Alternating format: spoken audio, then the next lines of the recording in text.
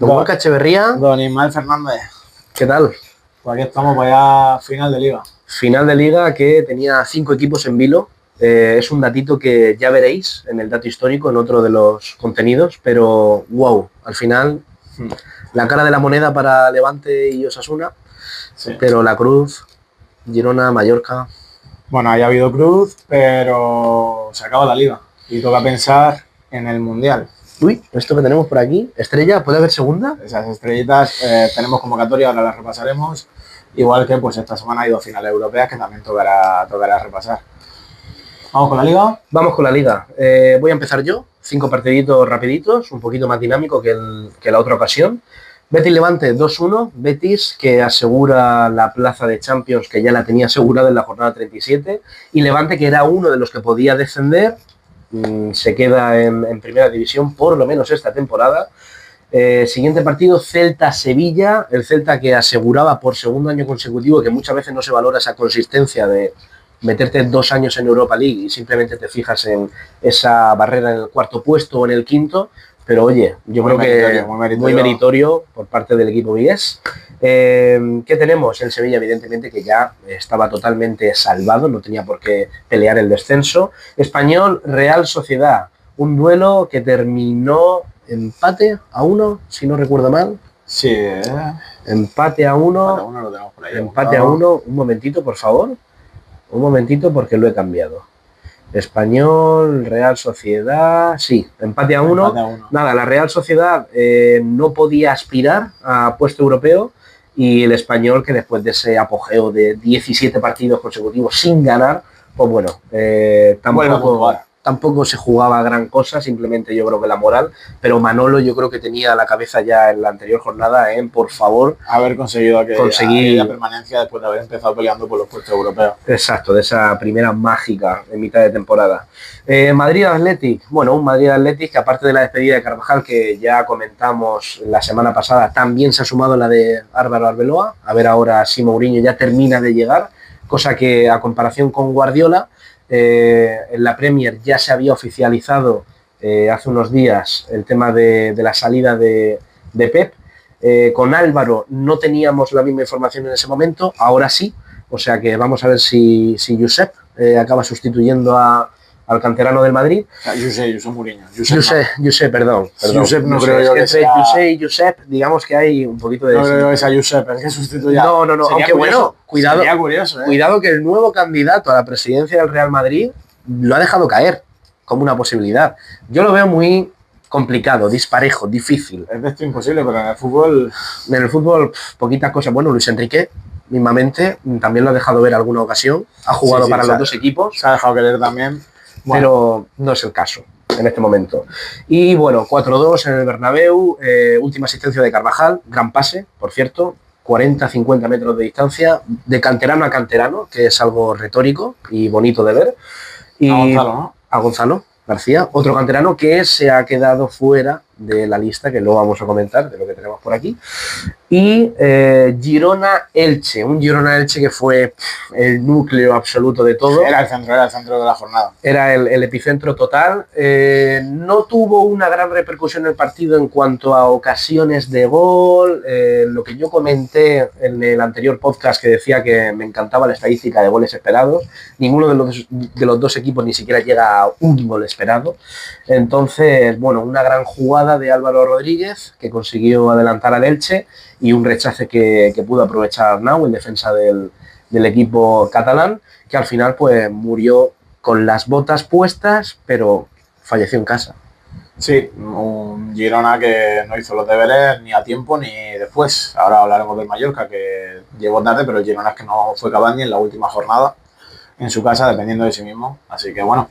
Y el otro equipo, que era el Elche, era uno de los 3 que tenía que pelear por esa permanencia, que de hecho ha acabado empate a puntos con uno de los que ha descendido, que ha sido el Mallorca. El Mallorca. Así que ha estado muy, muy apretado y se ha definido por normas ya un poquito ya especiales y excepcionales.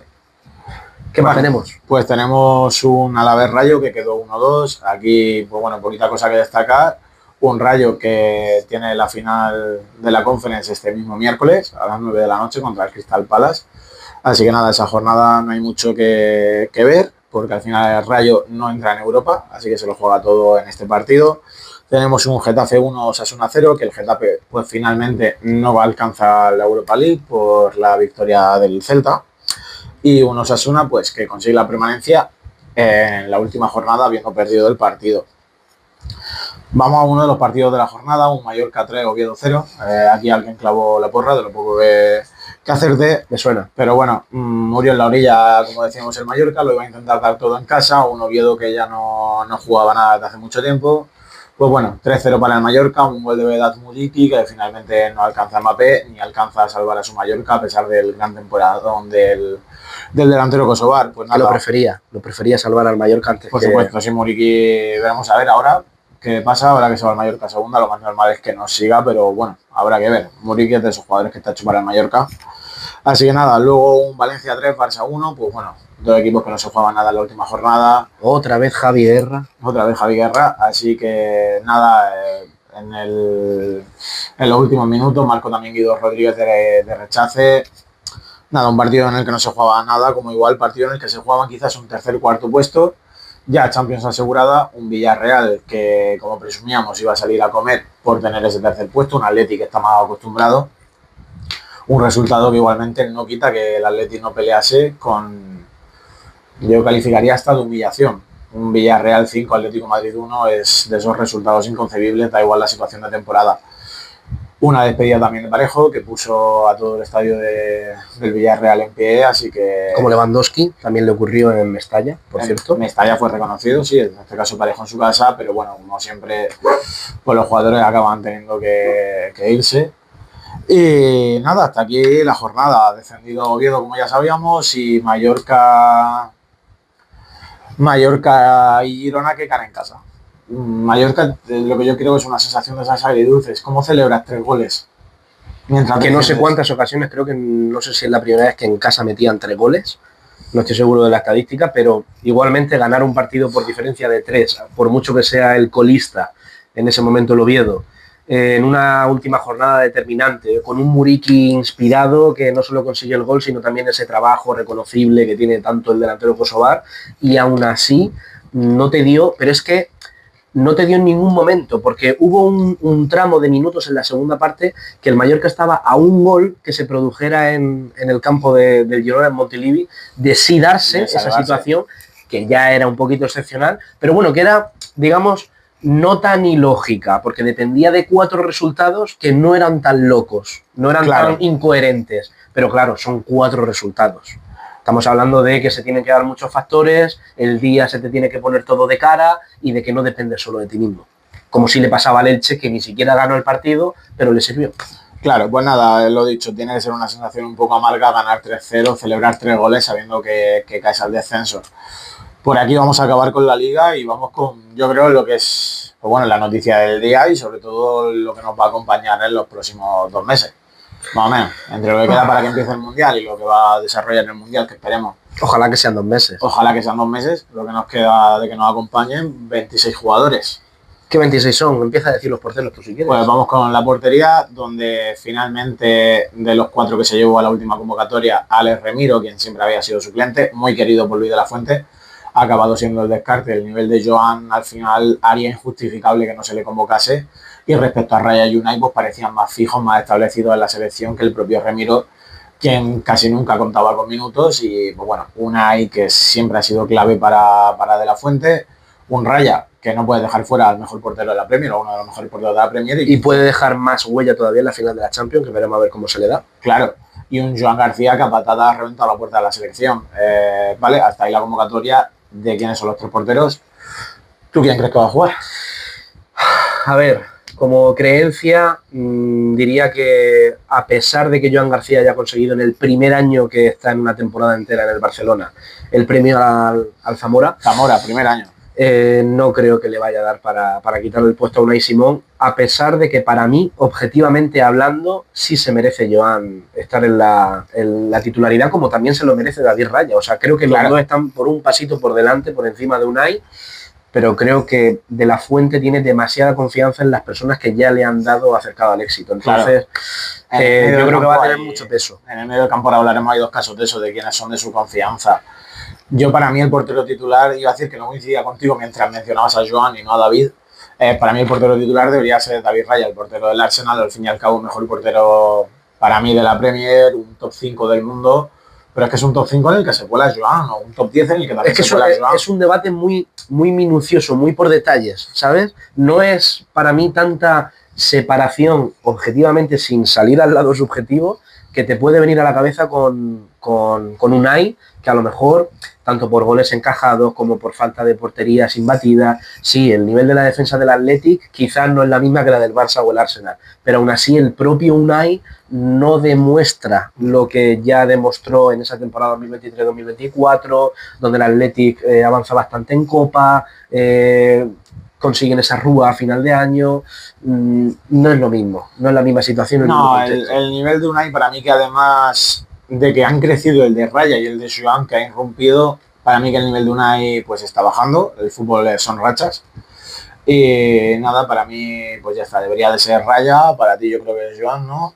Sí, quizás Joan, a pesar de que no se haya clasificado a más de cuartos de final, que eso yo creo que también hace peso en cuanto a la vista mediática. ¿Y Unai Simón a dónde se clasifica este año? Bueno, pero si hablamos simplemente de La Fuente, pues quizás esa confianza pues no se le va, no desaparece. Vale, pues con los porteros yo creo que nos quedamos con que De La Fuente quiera a Unai Simón. Yo quiero un poco más a Raya y tú quieres un poquito más a Joan. Sí, aunque no me importaría para nada que jugara Raya. De hecho, tuve esta conversación con un compañero y decíamos que nos daba exactamente igual, que iba a depender sobre todo de quién avanzase más en eliminatoria de Champions y demás. Pero claro, con la sombra de Unai, pues, a ver. Siguiente línea, defensas. Cuéntame. Pues tenemos a Marco Curella, yo creo que no había ninguna duda si no se producía ninguna lesión. Grimaldo, Pau Cubarsí, que veremos a ver si consigue ese puesto titular tan ansiado. Laporte, que quizás ha sido un poquito más polémico dentro de la mediación, de las respuestas de las personas. Un veterano que siempre hay que llevar a uno. Si es que al fin y al cabo tienes que llevar a alguien que haya curtido 1000 batallas. La experiencia que no te la da, pero te da mucho nivel. Marpubil, cuidado con primera convocatoria con la selección, directo al Mundial. Directito. Sí, es verdad que en la última, pues eso, venía de lesión, se rumoreaba que Pubil tenía que ir a la selección, pero venía de estar lesionado, no debutó ni fue convocado.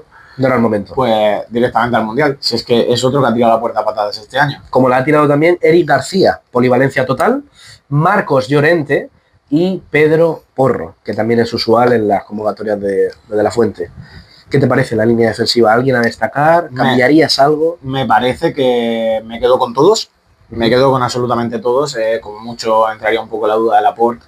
Yo personalmente le tenía mucha confianza a Hausen, que al principio parecía que podía dar ese nivel, sobre todo el año pasado en Bournemouth, más que este año en el Madrid, que el inicio, pues bueno, fue... Las primeras 5 jornadas quizás fue un poquito despuntado, pero a partir de ahí... Ha ido cayendo. Y no había regularidad. Puestos a llevar a un debutante, me llevo a Pubil por delante de Hausen. Muchísimo más regular, más constancia, hasta el propio Cholo en rueda de prensa se quedaba impresionado con su nivel. Y Eric García, que yo creía que sí que había debutado con la absoluta, no. Eric García había debutado con la olímpica y mucho tiempo en la sub-21. Un Eric García que para mí siempre prometió ser algo que tenía, como decir, un potencial a descubrirnos y que parecía que con 22 años más o menos ya no iba a alcanzar ese potencial y este año, sin embargo, ha reventado, ha cumplido en todas las posiciones del Barça.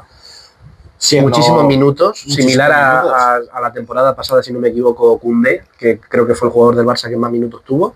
Eric García, muy constante, poquitas lesiones y molestias y cumpliendo en todos los puestos, o sea, increíble. Claro, pero es que tú me dices, en el Barça, ¿quién han sido los centrales este año? Pues tú dirás, pues bueno, ha sido Cubarsí, ha jugado Gerard Martín, en el lateral izquierdo han estado Cancelo, Valde o Gerard Martín el propio, en la derecha Koundé.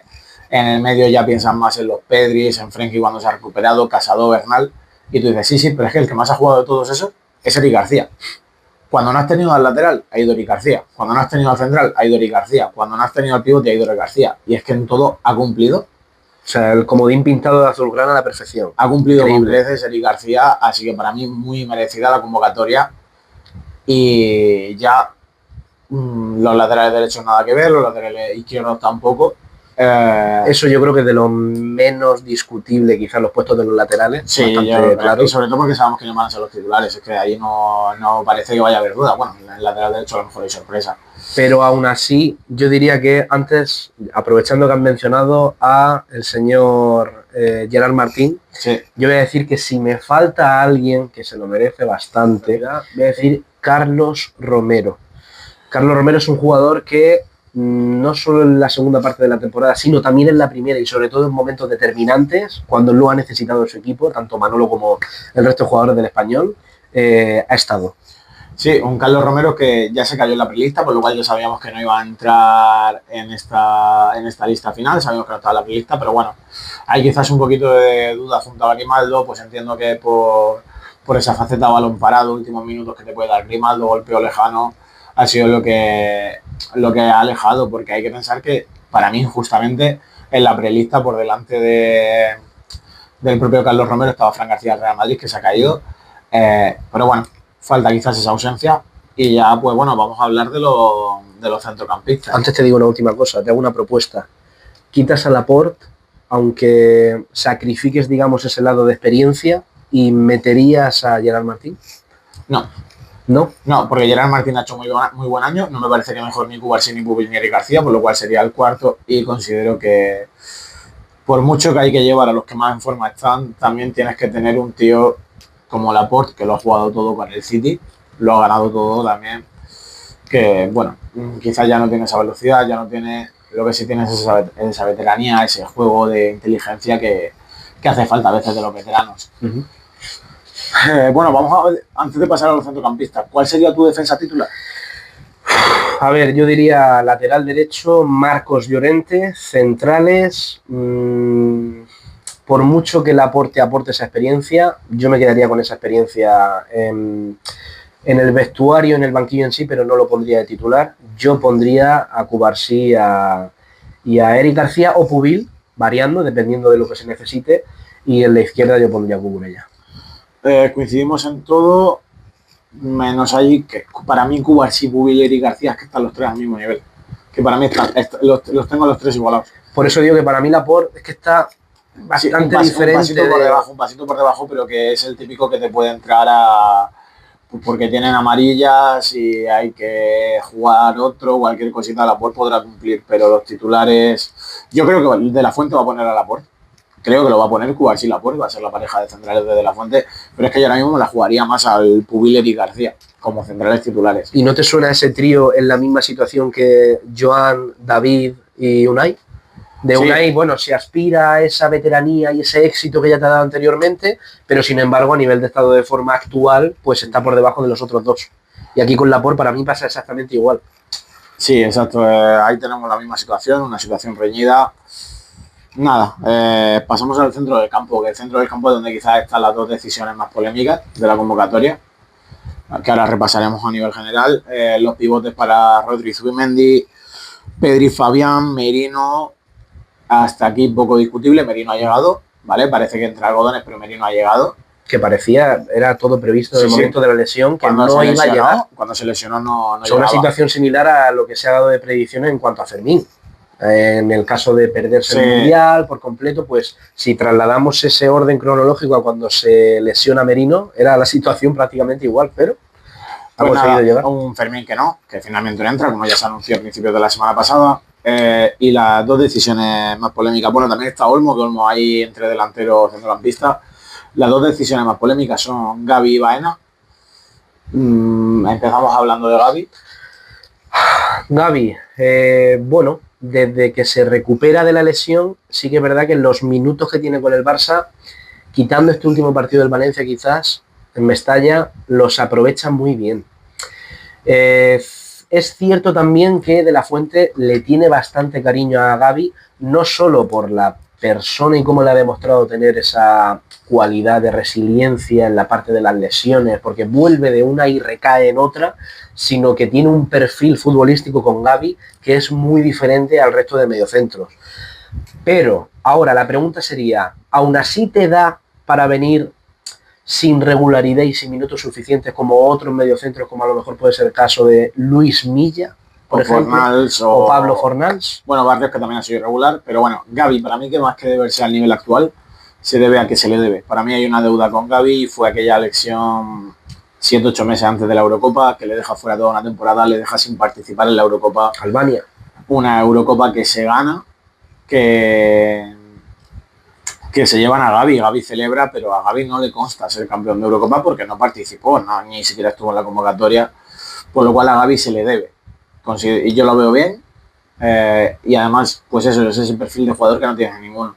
Creo que no hay nadie de sangre caliente en esa convocatoria más allá de Gavi, y esa sangre caliente se agarra el espabilar a los compañeros, venga, vamos, que no la estamos jugando, y sobre todo el salir a morir. Gavi sale a morir. Si hay un balón en el suelo y ve que va a llegar con la cabeza, se tira con la cabeza a cortar un balón. Balón dividido total que me recuerda a Puyol. O sea, sí. típica cita. A mí en el carácter, quitando que le falta muchísimo. Nivel futbolístico, carrera y demás. En el carácter, Gavi me recuerda muchísimo a Puyol y me parece que un tío así, y más, como digo, para mí que hay una deuda pendiente con él, tiene que ir a un mundial.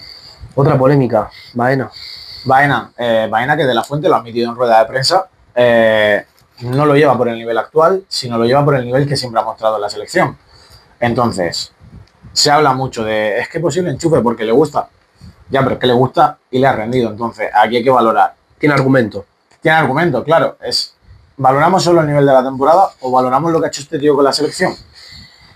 Y es que resulta que con la selección este tío es campeón olímpico, es campeón de Eurocopa, lleva jugando con De La Fuente, si no me equivoco, desde la sub-19.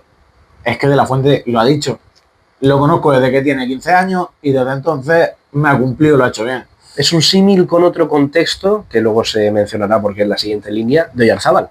Oyarzábal es un jugador que en la Real Sociedad no ha tenido una temporada brillante, asombrosa, increíble a nivel de números, pero desde David Villa no ha habido nadie con tanta regularidad goleadora en la selección como Oyarzábal. Sí, pero bueno, es que igualmente... Ahora hablaremos en el puesto del 9, es que no hay competencia. Para mí que no hay competencia con mucho uno, que ahora veremos. Exacto. Así que tenemos un Merino que se recupera, un Gavi que entra, yo creo, más por lo que se le debe que por lo que ha hecho y porque es un perfil diferente, y un Baena que entra por plena confianza de Luis de la Fuente en él. Es esa plena confianza, y el resto, pues yo creo que en Rodri y Zubimendi habrá duda de quién será el titular. Me habías preguntado tú antes, ahora te pregunto yo. ¿Quién pondrías tú en el medio? Yo aquí tengo mucho problema, porque para mí Pedri es fijo. Ahí estamos 100% de acuerdo. Y a partir de ahí tengo un dilema muy grande entre Fabián Merino. Merino, son perfiles distintos. Es que Fabián es más el mago con la pelota a los pies, Merino es la entrega física, el juego aéreo. Quizás Fabián llega un poquito más rodado. Fabián llega más rodado, sí, también viene de haber pasado por una lesión, ¿eh? Fabián también. Y veremos a ver la final de la Champions, que es un partido que exige un alto rendimiento total y quizás le puede repercutir negativamente. Ojalá que no, crucemos los dedos. Hay muchos españoles en esa final, como Merino que hablábamos, Zubimendi que hablábamos, Raya que hablábamos. ¿No se puede posponer para finales de agosto? Yo jugaría la final de Champions después, por favor. Así que me quedaría con Merino. Me quedaría con Merino por el papel en la Euro, pero es que Fabián también en la Euro, si es que la pena es que tenemos muy buenos extremos como para jugar sin ellos. Yo jugaría hasta con 4 centrocampistas. Nada, te voy a decir Rodri, Pedri, Merino. Sería mi centro del campo. Zubimendi tuvo un tramo de temporada que, debido también a la lesión de Rodri, que se había continuado y que luego quizás, incluso cuando ya estaba de nuevo en forma y disponible para Pep, no contó con él en un inicio, en un primer momento, donde estaba haciendo algún experimento que otro con la línea del medio del campo del Manchester City, pero que al final, cuando Rodri ha cogido minutos, es que es un Balón de Oro. Claro, es un Balón de Oro que pues no ha tenido continuidad este año, pero es que para mí, como Laporte, es ese tipo de jugadores que tienen que estar. Vamos para los delanteros. Vamos. Te lo cuento: Oyarzábal, que ya lo hemos mencionado un poquito antes, Dani Olmo, que lo consideran como delantero, pero si lo hubieran puesto de centrocampista quizás no hubiera pasado nada. Claro, si es que depende, cuando juega de extremo, juega de falso centrocampista, baja a recibir. Interior, un poquito como Iniesta, ¿no? En esa fase de 2010. Luego tenemos a Nico Williams, que cuidado porque yo creo que es de los más polémicos, junto con otro que voy a decir ahora, que es Jeremy Pino, que es un muy usual, una opción prácticamente poco debatible para De La Fuente, pero que muchos he leído que no les gusta el nivel de estadística, ya no de estado de forma, sino el nivel goleador o de asistencia que demuestra este año en competiciones nacionales e internacionales, que no les gusta el perfil de Jeremy Pino, que, bueno, es un perfil que le ha dado también bastantes soluciones en tramos de partido donde la Fuente no ha sabido qué encontrar, y yo creo que ¿es debatible? Sí. Para mí, objetivamente hablando, sí. Subjetivamente, nunca me ha llegado a atraer del todo a mí Jeremy Pino. Pero bueno, lo puedo llegar a entender. Entendible, por supuesto, Ferran, empatado con Lamine, el máximo goleador del Barça en la Liga. Borja Iglesias, otro que también ha despertado un poquito de polémica y contrariedad. Víctor Muñoz, que yo creo que cuando se le dio la oportunidad en el último partido, aunque no tuviera muchísima relevancia y fuera más por mantener el invicto de la selección, yo creo que hizo un gran papel, y sí, yo creo que en la temporada de la Liga Española quizás entra en el top 5 de jugadores del año. O sea, top 5... De revelación. Sí, de revelación, por supuesto. Y en cuanto a regularidad o lo que le han podido dar a su equipo, yo creo que en jugadores determinantes, Víctor Muñoz con el Osasuna, muy bien. Y por último, junto a Pedri, el más indiscutible de la selección. Lamine Yamal, que lo ha anunciado muy bien, lo han hecho en el anuncio, que lo han relacionado con el niño, el último nombre. Y yo creo que Lamine, si mantienen un poquito de precaución en esos dos primeros partidos que en principio recomendaban tanto el cuerpo médico del Barcelona como la propia dirección de la selección, yo creo que a partir del tercero puede ser... Yo te digo que creo que Lamine va a jugar en el segundo partido, la segunda parte. Va a entrar. ¿Media horita? Yo creo que sí, pero lo primero porque coja ritmo de partido para ya poder enfrentar un partido entero. Ahora hablaremos paso por paso. Los extremos derechos en un principio son Lamine y Pino. Un Víctor que puede jugar a dos bandas, o Nico en caso de ser necesario. Nada, Lamine me parece indiscutible. Esté lesionado y luego si te puede jugar 15 minutos, yo me llevo a Lamine Yamal siempre para jugar esos 15 minutos si es que puede jugarlos. Y nada, en rueda de prensa ha confirmado que todos los jugadores que vienen van a estar listos para el primero y si no para el segundo partido, por lo cual esto a mí me hace pensar que tanto Merino como Nico como Víctor Muñoz estarán disponibles para el primer partido y que Lamine será quien quizás se vaya un poco a ese segundo partido. Yo por eso digo que por coger rodaje los dos primeros rivales que tenemos, sobre todo Cabo Verde, flojito. Arabia ya te puede complicar un poquito y para Uruguay... Se lo complicó Argentina, por cierto. Se lo complicó Argentina y mira cómo salió, que nos complica a nosotros también. Quizás no pasa lo mismo que Suiza, cuidado. Yo preferiría no dejarme puntos. Y nada, ya para Uruguay tienen que estar todos sí o sí. Así que nada, yo de la línea, para mí que de los extremos, el primero que se caería, es que tenemos un nivel muy bueno en los titulares, pero ya los que vienen por detrás, bueno, está por ahí Moleiro, que se haya quedado fuera, pero es que tampoco hay mucho que despunte. Y en la delantera tampoco. Samu Abejowa, que creo que ha estado fuera la gran parte del año, descartadísimos los delanteros. Yo creo que es por eso por lo que entra Borja Iglesias, con todo el respeto al Panda. Vamos cortos de rotación en los puestos de arriba. Así que para mí, de los cuatro extremos, si hubiese que prescindir de alguno, sería Jeremy Pino. Me parece que Víctor Muñoz le ha adelantado bastante la temporada. Nico Williams, decías tú, polémico, viene de estar lesionado, no han sido los mejores números, pero es que es otro como Baena. Va con la selección. Maldita pubalgia.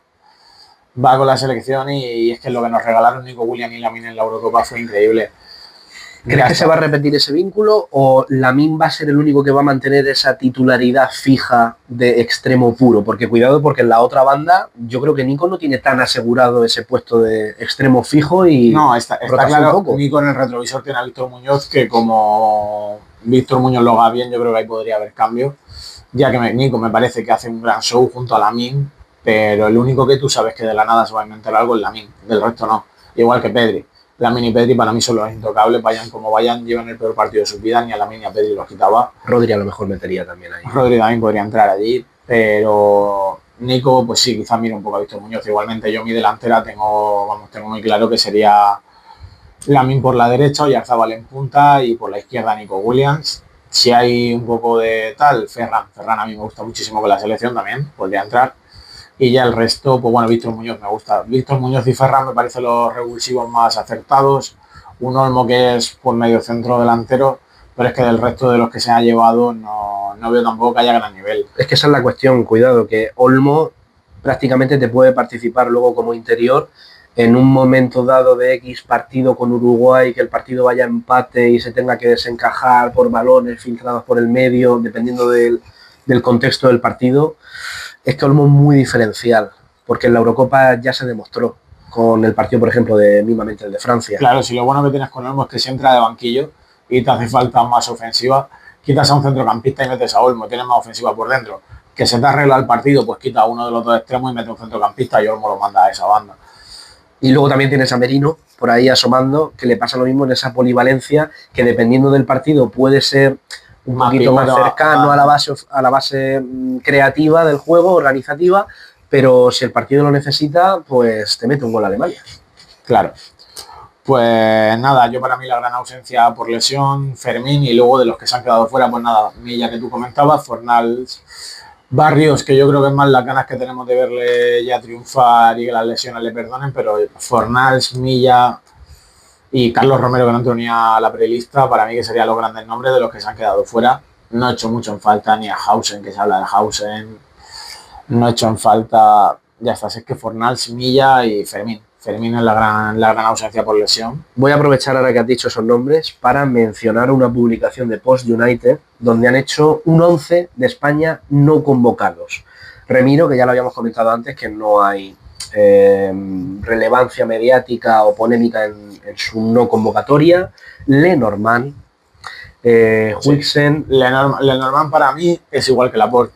Lleva a uno de los dos, se ha decidido por Laporte, no había ni un central en convocatoria. Y Laporte tiene algo más de jerarquía. Carvajal, que bueno, no ha podido demostrar si estaba más recuperado, menos, rodaje de minutos. Yo creo que Llorente llega como un avión y Carvajal para ser suplente no me parece que es un gran líder, pero para llevártelo para ser suplente cuando tienes a Porro, que tampoco ha hecho mal año, el Tottenham, pues. Pero bueno, para mí que Porro va por delante de Carvajal también, ya por la falta de minutos de Carvajal. Aunque he de decir que si tengo que elegir por veteranía en un jugador que no vaya a ser titular o que vaya a jugar como rotación, yo preferiría a Carvajal antes que Laporte o que Lenormand, la verdad. O sí, que el propio Unai Simón, la verdad. Como líder. Porque ese papel, por ejemplo, lo tenía el mismo Reina en 2010. Valde, en banda izquierda, no que bueno, mucho que comentar. Sí, puedes poner a Valde, puedes poner a Fran García, se han quedado los dos fuera. Sí. El nivel de Cucurella en la Euro no tienes nada que hablar, y Grimaldo, pues lo que decíamos, esa posible balón parado, tiros lejanos y tal que puede hacer. Luego, vaya medio del campo tiene España, incluso si están todos recuperados, Fornals, Barrio, Fermín. Sí, Fermín, bueno, se lo pierde por lesión, no por decisión técnica, pero en vez de Fermín metamos a Milla, Fornals, Milla, Barrios. Increíble. Vaya medio del campo. Sí, es que España ahí le sobran jugadores. En el medio del campo siempre. Y encima es algo que se mantiene generacionalmente, porque el medio del campo da la casualidad que en la época dorada 2008, 10 y 12 también era lo que más destacaba, porque tenías a Xavi Alonso, Iniesta, Xavi, Fábregas, Silva, Mata. Sí, España siempre ha sido de peloteros. No hay mayor discusión de que siempre hay centrocampistas buenísimos que en otras selecciones serían titulares. Y luego en la parte de arriba, de Frutos, que bueno, ha tenido destellos, pero no, para la selección no. Pero no tanto destello como Carlos Espí. Claro, es que Carlos Espí ha sido final de temporada y es un delantero alto, algo que nos llevamos. Un poco perfil Samuel Howard. Yo, por delante de Borja Iglesias, bueno, sí lo llevamos en Borja Iglesias, ese delantero tanque, pero es que yo me hubiese llevado a Espí por delante de Iglesias. Entiendo que para hacer vestuario va Borja, además de que, pues bueno, si tiene que entrar ya y jugará. Yo me hubiese llevado a Espí. De esta lista que mencionamos, quitando a Fermín, que está lesionado, Espí es el único que yo me hubiese llevado. Y ya que me vas a mencionar en el extremo izquierdo, Ansu Fati, que bueno, ha acabado el año muy bien, los últimos 5 partidos ha metido 3 goles. Sí. Pero marca 3 goles en la Liga, más creo que llevaba 2, 3, 5 o 6 goles en la Liga, no me parece que sean números para ir a un Mundial con España. No, y mucho menos viendo el papel de otros que se han quedado fuera. Exacto. O sea, mismamente en medio del campo, cuidado. Pues bueno, semana de finales europeas. Semana de finales, como la final que ganó Emery en Europa League, que bueno, simplemente por tocarla por encima, Mr. Europa League consigue su quinta Europa League. En este caso con el Aston Villa, exhibición 4-0, partido cómodo, el Friburgo realmente no tuvo peligro, ocasión de darle la vuelta al partido. Creo que también el gol esperado, que me encanta esa estadística, ya lo sabéis, creo que estaba por debajo también de 1, quiero recordar, pero bueno, partido muy controlado por parte de Emery. Como no controla todavía del todo el problema de prensa al inglés, le sigue costando Le a Emery, cuesta el bueno de Unai. pero bueno, mientras que pueda comunicarse bien. Y otra Europa League más que añade, que tiene más Europa League que todos los equipos que todos los equipos de la tabla, excepto el Sevilla, que ha ganado la mayoría con el propio equipo. Así que, claro, bueno, Sevilla, que es rey de Europa League. Vamos, si quieres, con Conference y acabamos con... Exacto.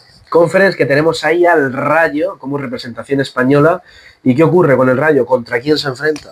Se enfrenta contra un Crystal Palace que tiene un par de lesiones ahí que pueden afectarle, como sería la de Doucouré, por ejemplo, y que en los últimos 4 partidos, 2 derrotas y 2 empates, no viene en buena racha el Crystal Palace, pero no deja de ser un equipo Premier League que el año pasado clasificó a Europa, contra un Rayo que este año no entra a Europa, pero bueno, yo tengo esperanza en el Rayo. Un Rayo que encima viene de 9 partidos sin perder, que es una racha totalmente contraria a la de Crystal Palace. Motivos para creer. Y después de una semifinal donde marcó bastante territorio, donde no se le pusieron las cosas excesivamente difíciles, como sí le pasaron anteriormente a Betis o Celta, que no pudieron controlar ciertas fases del partido. Y veremos a ver, porque encima en un partido único, sabes que en un momento de cambio, de decisión, de tarjeta roja, pues yo creo que el Rayo sabe aprovechar muy bien esa oportunidad, ¿eh? Yo confío en que Isi tenga algún destello, que Óscar Trejo se despida bien del Rayito, Camello, que también ha marcado este fin de semana, que estén inspirados estos jugadores de frutos que mencionábamos. Hay motivos para creer, así que nada, estaremos atentos miércoles a las 9 de la noche, final de Conference League, Crystal Palace Rayo Vallecano. Y última cosita, te voy a preguntar del Rayo, ¿crees que si ganan esta primera competición europea, toda la situación financiera, mediática, directiva del club puede dar un vuelco? El Rayo es que está metido en un problema gordo. Estadio, financiero, presidencial. La directiva del Rayo quiere llevarse al Rayo fuera de Vallecas, algo que me parece inconcebible. Sí es verdad que también es inconcebible el estado del estadio, estado del estadio para ser un equipo de primera división. Pero bueno, creo que se ha dejado también un poco de lado ese estadio con un par de lavados de cara, unos vestuarios nuevos, alguna grada supletoria hacia arriba. Alguna toalla. Claro, también. Sí. Pero claro, me refiero, eso es lo bueno que se puede hacer y luego está lo malo que están haciendo. Están descuidando el césped, los vestuarios, lo están descuidando. El mantenimiento deja mucho que desear. Claro, porque quieren llevarse al Rayo fuera. La gente dice que no, que el Rayo de Vallecas sí que se tiene que quedar en Vallecas. Si ganan esta Conference, sería muy bonito que simplemente se les lave la cara, que el Rayo siga siendo el Rayo de Vallecas y que un barrio de Madrid haya ganado un título europeo. No creo que cambie mucho. Yo creo que la afición del Rayo es una afición no solo dura, sino presente, que no dejaría que al final acabase pasando algo de ese estilo, por lo cual ojalá y gane el Rayo, ojalá podamos decir que un equipo de barrio ha sonado en toda Europa como campeón de una competición y nada, habrá que ver cómo es para todo. Te voy a decir una última cosa. Equipos de Madrid, el Getafe se clasifica en una nueva competición europea. El Rayo Vallecano puede ganar precisamente esa primera competición europea. Y volver a clasificar con eso. El Atlético de Madrid ha llegado a la final de la Copa del Rey y casi a la final de la Champions. ¿Y el Real Madrid? Bueno, es el Real Madrid. Al fin y al cabo, bueno, un segundo puesto en Liga, que este año no ha sido muy allá, pero que lo han podido salvar, al final a 8 puntos, para lo que parecía en un principio de diferencia. Yo creo que se ha maquillado bastante. Se ha maquillado el Barça una vez que ganó la Liga contra ellos, se relajó. Y nada, los equipos de Madrid siempre funcionan bien, un Lega que no parece que vaya a volver, pero el Lega está ahí mirando hacia abajo más bien. Nada, equipos de Madrid que este año están bastante bien. Vamos con el partido de con la otra final. Con el partido de la semana. Un Arsenal PSG, o bueno, PSG Arsenal. Cuéntame cómo llega el PSG. Pues el PSG llega perdiendo su último encuentro contra el París, contra su primo hermano en la ciudad, que fue precisamente el mismo club, el mismo equipo que le eliminó en la Copa Francesa, pero con un partido que yo al revisarlo pensaba que iba a ser totalmente distinto al de la Copa Francesa, pero ha sido muy similar. Ha sido partido de más remates por parte del París, estamos hablando del París FC, más peligro, es decir, un PSG que se ha dejado un poquito llevar, y he revisado también alineación, cambios, no hay nada sorprendente ni nada especial. quizás ha sido un mero déjà vu de alguna otra situación un poquito negativa por parte del PSG, porque yo creo que Luis Enrique de cara a la final va a preparar muy bien el partido, como ya preparó en el Allianz un pedazo de planteamiento. Pero bueno, es algo a tener en cuenta que el París, su equipo primo hermano en la misma ciudad, le ha puesto las cosas difíciles varias veces en la temporada. Sí, bueno, un París que viene del París FC, viene de segunda división y venía peleando para volver a recuperar un poquito lo que es suyo. Al fin y al cabo el Paris Saint-Germain es una mezcla de dos equipos y París, pues bueno, quiere recuperarse, ser un poquito el grande de la ciudad, algo que ya es imposible con el crecimiento del PSG. Y un PSG que llega tocado.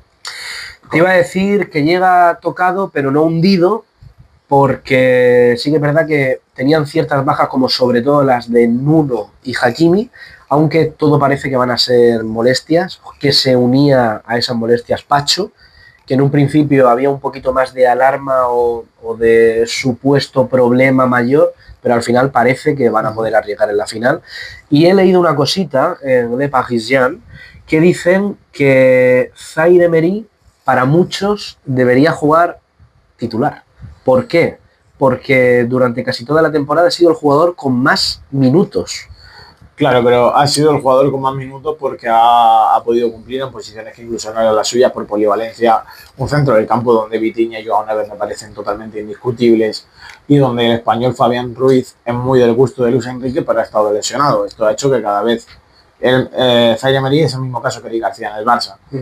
Zaire Emery tiene mucha proyección, puede ser un grande, un jugador top, pero tiene mucha competencia en su equipo. Ahora, siempre cumple, siempre está, cada vez que falta alguien es Zaire Emery quien cubre esa función.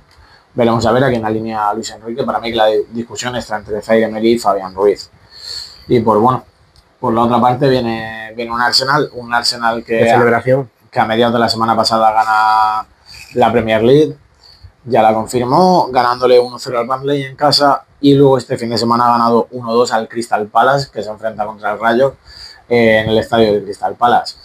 Llega nada más que con dos bajas que ya se conocían, que son la de Timber y White, pero bueno, en defensa, con todo el respeto a estos jugadores, pues está Gabriel, está Saliba, Calafiori, tiene muy buena defensa el Arsenal, por lo cual llega casi sin resentirse a esa final y en una dinámica muy buena, un Arteta que parece que tiene hambre y que no se va a conformar solo con una victoria, o sea, con un título. Y que ya había dicho anteriormente Arteta, cuando en algunas fases de abril, sobre todo, ese hambre se cuestionaba precisamente, o esa capacidad de ser determinante en los momentos importantes, la cantidad de memes que han podido llegar a salir con el bottle, que al final no ha botleado tanto el Arsenal, y ha podido conquistar la Premier 22 años después.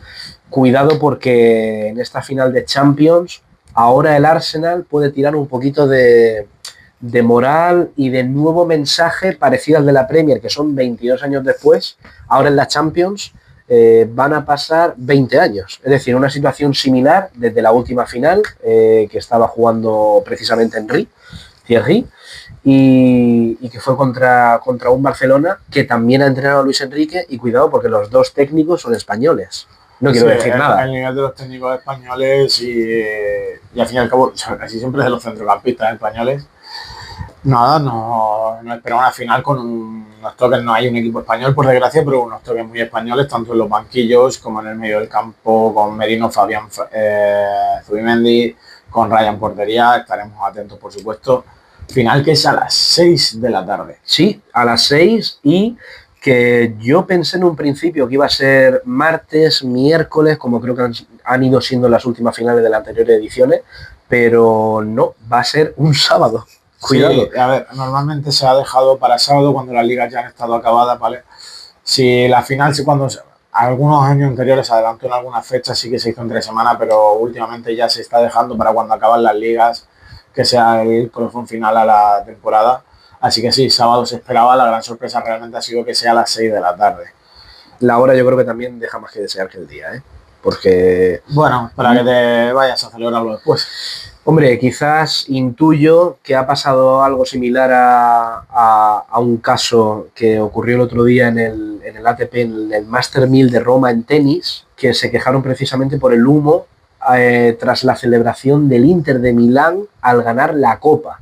No sé si esto tendrá que ver en el sentido de que hay algún evento después, hay alguna sede cercana que se tiene que utilizar. No sé si la razón tiene que ver con a nivel logístico, infraestructura, de otros deportes, No, pero yo creo que es un poquito raro. No, la razón yo creo que se debe a algo mucho más de lo que es el fútbol de hoy en día, que es a negocio y economía. Si tú pones la final a las 6 de la tarde, hay mayor parte de países en el mundo que podrán Que la van a ver poder la ver. final. Más accesible. Además la ha puesto sábado, por lo cual hay quien la podrá ver de madrugada, pero estamos hablando que en Estados Unidos y en Latinoamérica pues serán en torno a las 9-10 de la mañana. Igual que el Mundial. Claro, y en la zona de Asia será por la noche ya, pero podrá, yo creo que eso sábado y a las 6 de la tarde para que se vean todo el globo. Pues no te voy a poner nervioso, pero me vas a dar una porra de las dos finales. De las dos finales, yo creo que el Rayo va a ganar 0-1 con gol de Isi Palazón. 2-1, digo yo. 2-1 para el Rayo. 2-1 para el Rayo. Creo que va a estar peleado, más que por ejemplo la semifinal, que no le supuso tanta incomodidad, pero bueno, partido único, el Rayo llega muy bien, imbatible, y yo creo que va a poner la cerecita al pastel. Y nada. Y la otra, PSG 5-0. Que va, mira que te digo que alguno de los defensas del PSG yo creo que no va a llegar y Cuidado. confío mucho en Arteta. Me gusta mucho Luis Enrique, no sé quién quiero que la gane, quizás el Arsenal por cambiar un poquito, ya que me cae muy bien Luis Enrique, me cae muy bien Arteta. Yo diría que un 1-2 para el Arsenal. 1-2 para el Arsenal. Yo creo que no va a ser algo tan superior y tan incontrolable como lo fue para el Inter en la edición pasada. No va a ser un 5-0. No creo que haya tanta diferencia entre los dos equipos, aunque cuidado porque tampoco se supone que la había el año pasado. O sea, no creo que fuera un resultado que se esperaba la gente. Sí que es cierto que en la edición pasada, si el Barça hubiera avanzado a la final, se hubiera asemejado más al estilo del PSG, pero eso no quiere decir que el Inter no le hiciese una de las mejores y para muchos la mejor eliminatoria hasta que ha llegado ahora la del PSG Bayern de los últimos tiempos, esa semifinal donde Lamine Yamal y Sommer tienen un duelo espectacular, el Inter con Dumfries, no sé, tuvieron un despliegue impresionante tanto en el partido de ida como en el de vuelta y es algo que no se esperaba. Entonces, partiendo de ese precedente, siendo tan reciente, cuidado porque no veo una goleada tan grande, pero yo creo que sigue un partido cómodo para el PSG. Yo veo 3-0, 3-1, y con un gol en caso de que sea un 3-1 un poquito tardío ya irrelevante. Perfecto, pues por ahí vemos dominio del PSG, por aquí vemos la sorpresa del Arsenal. Nada, vamos a... ¿Qué queda por aquí? No sé, yo me iría directamente a echarnos un par de jueguecitos en el fútbol 11. En el fútbol 11, más o menos llevamos ya unos 40 minutos. Pero cuidado porque no veo dónde está el álbum del Mundial. El álbum del Mundial está por aquí guardado. Los sobres creo que los tenemos aquí al lado. ¿Qué tenemos por aquí? Pues ya tenemos los sobres, vamos a abrir hoy nuestros sobres del Mundial. Y hacer espacio, que me hace bastante ilusión, incluso lo voy a apartar un poquito. Y bueno, ¿qué crees que te va a salir? Por lo menos algo un poquito más reconocible que el otro día, que nos tocaron algunos jugadores que con todo el respeto hacia ellos y sus familias, digamos que, bueno, pues... Fueron Franco Mastantuono y Barrios los más... Sí, los más reconocibles, que por cierto te tocaron a ti. A mí me tocó un jugador colombiano que, bueno, era un poquito más reconocible, pero el resto, un poquito de geografía. Geografía tengo yo por aquí, ¿eh? Cuéntame cosas. Pues mira, aquí tenemos a Costa de Marfil. Costa de Marfil. Costa d'Ivoire. Sí. ¿Vale? Aquí tenemos a Costa de Marfil. Creo que no se va a ver muy bien, pero bueno. Sin problema. Tenemos a Rowan Williams de Sudáfrica. Bueno, ya empezamos con la geografía. Aunque no va a hacer falta muchísima geografía para este Anthony Gordon que tenemos por aquí. Que bueno. Convocatoria en Inglaterra de la que hablaremos en los convocatoria, cuidado. Tenemos aquí algo más reconocible como es Gregor Kobel, el portero del Borussia Dortmund. Bien. Aquí tenemos un nombre reconocible, no tanto por el que lo posee, que es Trezeguet, de Egipto. Sí, Trezeguet de Egipto. Trezeguet de Egipto. Uy, lo que me viene por aquí. Uy. No, aquí de momento viene... ¿Sorpresa? Uy, además que me había comido dos de una. De momento viene Jung Min-chon de Corea. Oye. Cuéntame cosas. Vale, pues, ¿qué te puedo contar? Teboho Mokoena. Parece una broma de mal gusto, pero no, es un jugador sudafricano que mide 1,76. Por si te interesa el dato, ya que no conozco al jugador, pues... Vamos con el jugador ahora del Atalanta, pero ex del Milan, Charles de Ketelaere, bastante conocido en la Serie A, el jugador belga. Vale, ¿yo qué te puedo decir? Japón, que se espera un buen papel de Japón en este Mundial. Vamos a ver, yo la verdad tengo confianza en ello. No tanto a lo mejor como Ecuador por parte de Latinoamérica, pero vamos a ver con la potencia asiática, que tengo por aquí a Koki Ogawa. Tampoco tengo el placer de conocerle, me tengo que poner bastante al día. Bueno, pues primer jugador de la selección española y convocado a Aymeric Laporte. ¡Wow! Aymeric Laporte, la veteranía la tenemos. Ahí la tenemos. Veteranía, me encantaría que fuera por las mismas razones, pero me da a mí que sale un poquito de contexto. Tengo a Fidel Escobar de Panamá. Así que aquí tenemos a otro jugador descubriendo Latinoamérica. ¿Y tú te esperabas ver hoy a un exjugador del Real Murcia? Pues no. Después de ver a Quique García, la verdad es que no en el anterior podcast. Del mundo, Nicolás Tagliafico, exjugador del Real Murcia la 13-14, campeón del mundo en el último mundial con Argentina. ¿Coincidió con Quique García Tagliafico? Sí, fue en la temporada anterior, de que se fuese Quique. ¿Y con Pedro León? No, Pedro León se fue mucho antes. Bueno, era simplemente por mencionarlo. ¿Qué tengo por aquí de una selección? Bueno, tengo una selección campeona del mundo. Sé que llegó a la final, pero es que no me acuerdo si la ganó. Me falta un poquito de deberes. Brasil 1994. No sé si pierde contra Italia en esa final. No tenemos ahí el dato. No lo tenemos. Lo diremos el próximo día. Y tenemos a Ferjani Sassi de Túnez. Así que bueno. Aquí está el bueno de Ferjani con su peinado. Me acabo de acordar. No la perdió. Fue la final de Baggio. Ay, Dios. Penaltis. 0-0 creo que fue el partido. No estoy seguro. Pero bueno, el hombre que murió de pie, como decía Iker Ruiz. Pues ya tenemos las cartas del Mundial, esta ronda. Pues ya está, yo casi quedaría por terminado hoy. Sí, porque ya el tiempo la verdad es que se nos está acercando un poquito al primer podcast sin tanto contenido. Así que volveremos la semana que viene y volveremos ya con un planning del Mundial para ver cómo vamos a plantear todo este verano que nos viene por delante. Así que nada, Ismael. ¿Qué te toca decir? Aquí estoy porque he venido, aquí estoy. Si no le gusta mi canto como he venido, me voy. Nos vamos, Ismael. Nos vamos, pero volveremos. ¿Dónde? Aquí, en Salir Tocando.